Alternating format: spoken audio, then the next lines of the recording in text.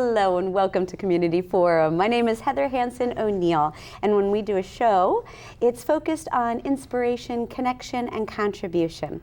You are going to have a lot of fun today because we have a very vibrant guest for you. I'd like to introduce you to Sandy Gaglio. I'll let you know a little bit more about her. She is from Senior Life Consultants. Her focus is on advisement, education, and guidance. She's always been drawn to helping people, and she started working with seniors 8 years ago. And from the very first person she helped, she knew she had found her true calling. She's dedicated to educating and empowering older adults by sharing the tools and information needed to make crucial planning decisions. She understands the emotional, social, physical, long-term, and healthcare needs that must be addressed. And she employs a unique, highly compassionate, and personalized approach to provide unbiased solutions. Life-enhancing support, senior resources, insurance and benefits planning tools, and guidance in making decisions.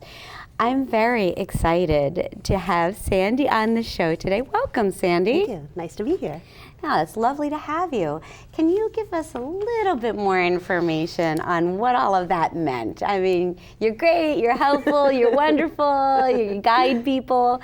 Tell us a little bit more.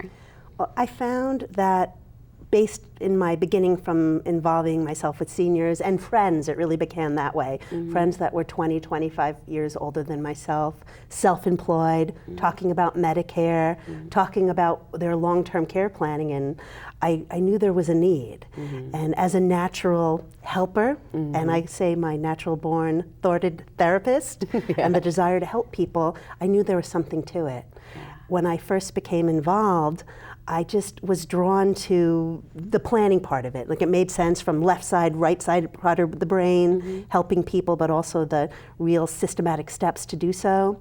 And I found, even from my really intelligent friends that ran their own business and did all their own planning, that they would talk about the Medicare stuff coming up or the long-term care contracts, and they couldn't make heads or tails of it, yeah. that it wasn't in plain, simple English. Yeah. So I found that it was just an easy thing for me to grasp. It kind of laid out like the pieces of a puzzle that all made sense when I looked at it. Yeah. And I just kind of started that way, working with my friends, assisting, doing the planning.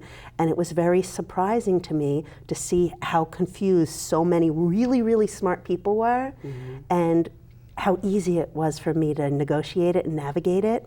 And it really started me on the path to the way I've found that is the most helpful and the most thorough to get people not afraid to make those steps, mm-hmm. read their paperwork, and make a plan. That's awesome. You know, I think it's interesting because for me, it seems so confusing. Everything's so confusing. And how you know you're in the right niche is when you find something that is more difficult or confusing or scary, yeah.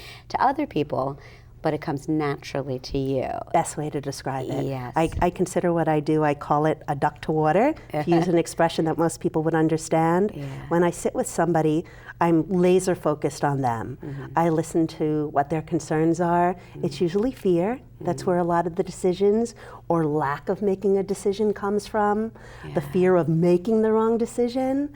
And so I try to make folks really, really comfortable, yeah. and ask them questions that they know, but they're afraid to voice out loud. Yeah. So I find that just doing it that way, asking the questions, getting to know somebody, asking them what they need, what their health is like, what their finances are like, mm-hmm. what their risk tolerance is like, mm-hmm. and most importantly, emotionally, how they feel, yeah. about aging. I found that that helps people even to give me the answers that were always there, that they were afraid to talk about, and it creates a really comfortable, almost family relationship. I like to always tell people that I'm going to treat them like family, that I like. And, yeah, not the ones yeah, because we all have that. Treat them like a loved family member, yeah. and put them under what I call my umbrella, yeah. that I'm just going to take care of them and give them enough information and guidance so I help them achieve what they want and point them in the right direction, yeah. using the different things that are out there that they've been afraid to deal with. So let's talk about, before we get into the nitty-gritty of it, let's talk about that fear aspect, because I think we're talking mostly about the whole aging Yeah. process, right? Yeah. And I'll just use an example with my mother. So, you know, when she tries something new, well, she typically doesn't, Yeah. but Yeah. if she is forced to, because there's so many new rules and regulations and things, and it's more like a wall comes up based upon this fear. So your temperament, your demeanor is very calming. Thank you. So that's very helpful, I'm sure. But do you directly talk about that? I do, because you know, people. I try to make people feel really comfortable. Number one, in my opinion, in my experience, you have to be a people person, but in the true sense of the word, having empathy and kindness for other human beings, but also understanding on a deep level that we're all the same. Yes. So if I have my own fears about moving forward and making decisions with things that I don't understand, I know you must too. Mm-hmm. So I try to treat people the way I would treat myself, with a little TLC, you know, tender, loving care, understanding. And I find most people, they just are afraid to take the first step, like your mom. I think that's really common, but that's the way I look at it. Most people feel that way. Right. Or what about the people who can take the first step, but they're inundated by all this different information? Their friends are telling them one thing, the TV's telling them another, maybe a salesperson telling them something else, or somebody scaring them about the pitfalls they encountered. I think that the fear is the worst thing about it. So I try to get to the root of it and put together a very simple plan, and also talk to somebody in a language that they understand. Doesn't mean if I understand it, I have to say it in a way that they do. And I think that's crucially important. I think it is, and preserving respect around it. Sometimes when people are educating other people, it can come across somewhat condescending, right? Yeah. But because you're doing it in a respectful way, and I don't know that you actually look at it as educating. I think you look at it in a different, what word would you use? I do. Guiding. Guiding. Guiding. Yes, that's totally different. And advising, because I am so sensitive to it. You know, even today, I spent a lot of my morning in an assisted living facility with a man who was very successful in his life. He has a wife who's sick now. She has Alzheimer's. This is a very bright, successful man, educated, intelligent. His family members involved, they're all in a quandary. They're scared. How is she going to be taken care of? There's two things. I have to be very respectful to him, because he's a man who just loves his wife and wants to take care of her. He doesn't want to have her in a place where he doesn't have hands-on care. So I talk about respect on a regular basis, because I feel that no matter who you are, and even if you're a person struggling with Alzheimer's, dementia, et cetera, whatever it may be, or you're confused, that I never forget at the core and the surface that you're still another human being who raised a family, lived a life, accomplished what you accomplished. So I'm super sensitive to always erring on the side of caution that way, and treating someone the way that I'd like to be treated. The true and simple golden rule. Yes. And it's not something I have to try to do. It's natural to me. I would never do it any other way. Right. And I can tell that. It emanates from you. So what do you think are the most important things that someone new to Medicare should know? I think there's so much concerns, or people get overwhelmed. Number one, I look at 4 specific steps that a person should think about. What is your health? What are your finances? What is your risk tolerance? And then lastly, and even more importantly, emotionally, how do you feel about it? I don't tell people what to do. I sit down and have a really open, simple conversation with somebody, and I always call it the bell that rings in the back of the head. Like, you always know, I feel, what you want to do or how it should work, and when it feels wrong. So I try to be the person that tells the person, listen to that bell. I know you know what you want. I'm just going to give you those fine points. So I think the fear comes when people don't realize that it is as simple as that. And then the second most important thing is that I think people get afraid of their insurance because you put the word Medicare in front of it. What I always like to say, most of us have some form of health insurance from an employer through the Affordable Care Act, either privately insured. They have co-payments, deductibles, co-insurance, all the things we're familiar with, even if they're the things we don't like prior authorizations and pre-approval. Medicare works the same exact way, using the same exact expressions. You just put Medicare in front. And sometimes when I say that, all of a sudden a light bulb goes off. The pressure's lifted. Correct, because Yeah. you knew how to do it. Yeah. If you're a 65-year-old person, you probably had health insurance more than half of your life. Yeah. So when I say it like that, people go, oh, I kind of get it. And Yeah. that's an excellent starting point to begin any conversation for planning. Oh, that's great. That's great. Okay, so even though we're going to be talking a little bit about some of the scariness in aging and Medicare and all of that, when you, at any age, and I'm bring this back to myself, course. our conversation that we had a little while ago, at any age, some of the things that are happening now that are different than what they used to be, and it's not, I'm not going to place blame anywhere, but it's one of those one thing has led to another, Yes. has led to another situation. And so what we were discussing with me has to do with the rules of how you Yes. phrase things Correct. when you go into a doctor's office. Crucially important. Yeah, would you like to share any of your stories about that? Absolutely. I'll begin it by saying that there's some new things happening. This is both with private insurance for younger people and with Medicare. I think it's more intimidating from the Medicare standpoint because, again, that fear you put Medicare in front of insurance, it already creates some concerns, and a person's aging.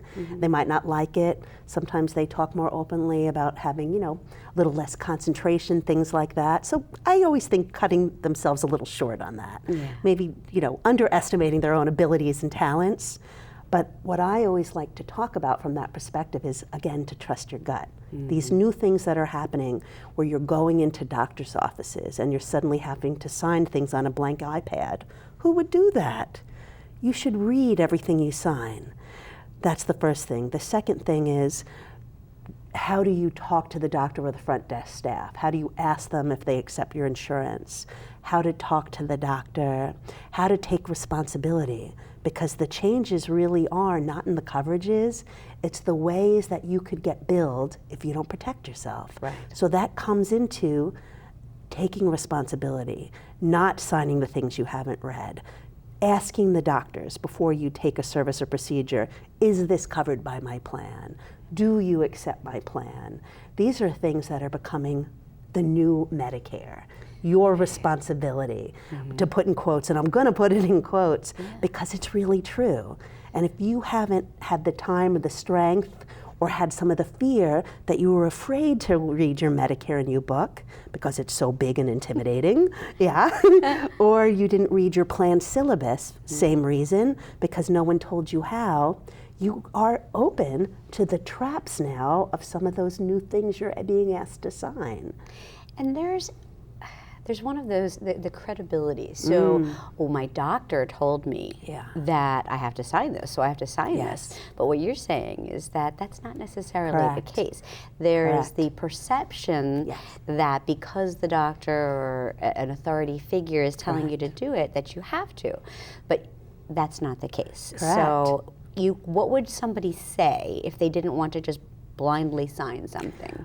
Everyone, young or people in Medicare, should always ask for everything in paper. That's number one. Never sign a blank iPad. Never sign a piece of paper, especially in a doctor's office. And I'm going to be very specific about what that paper or that iPad says that most of us aren't reading. It says that you agree to be 100% responsible for whatever Medicare or your health insurance doesn't pay. That's very powerful since most folks that are in Medicare, maybe there's some that understand Medicare beautifully.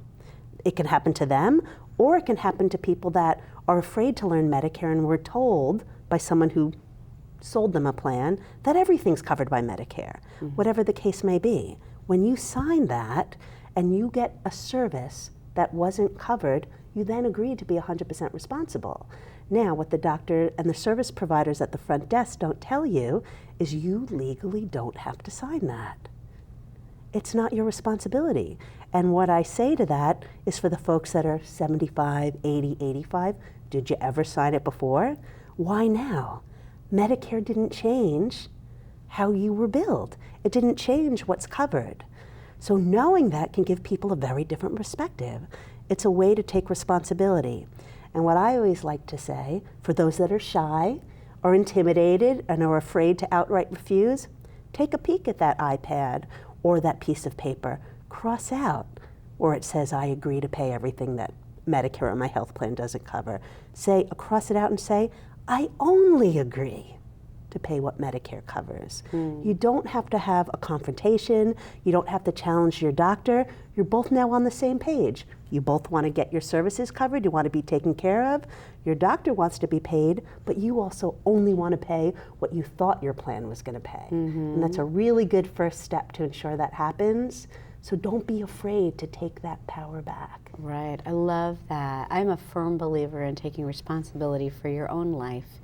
And even though you may be afraid or you may not have all of the information, someone in an advising a guidance role like what you're doing can help appease some of that and let you know you not only should, you have to take responsibility, because it's not anyone, it's not the doctor's responsibility, it's not the insurance company's responsibility, it's your responsibility to learn what you need to learn. And you know, I had to pay for something because I didn't do what you were saying. But you didn't know. Right. That's the problem. And it has to do too with if you have signed this blindly, if something is incorrectly billed or coded. Yes, if it's incorrectly coded, you have to pay for it. Correct.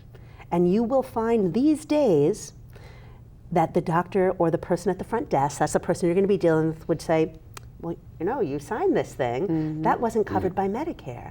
But what person do you know, or even yourself in your circumstance, that didn't think when you went to the doctor and they said that they took your insurance, that they would actually give you a test that wasn't covered? That's the crux. And the crux is that the way the doctors and service providers are paid now has changed. Right. That's why you're suddenly getting this paperwork. Now, I don't hold anyone responsible. We won't do it as a blame scenario. Right. I'm talking about guiding people to a way so that doesn't happen to them. I talked about being under my umbrella. Being under my umbrella is me giving you the information so that doesn't happen to you, because I know how upsetting that is. When I talk to clients or friends that that's happened to, they had a certain amount of money in mind for their health care. Or what about the people now who they get billed for these things that they didn't expect, or they weren't budgeted for it, or they spend hours on the phone not getting their bills paid, and it creates this entire distrust of their doctors and the insurance companies and all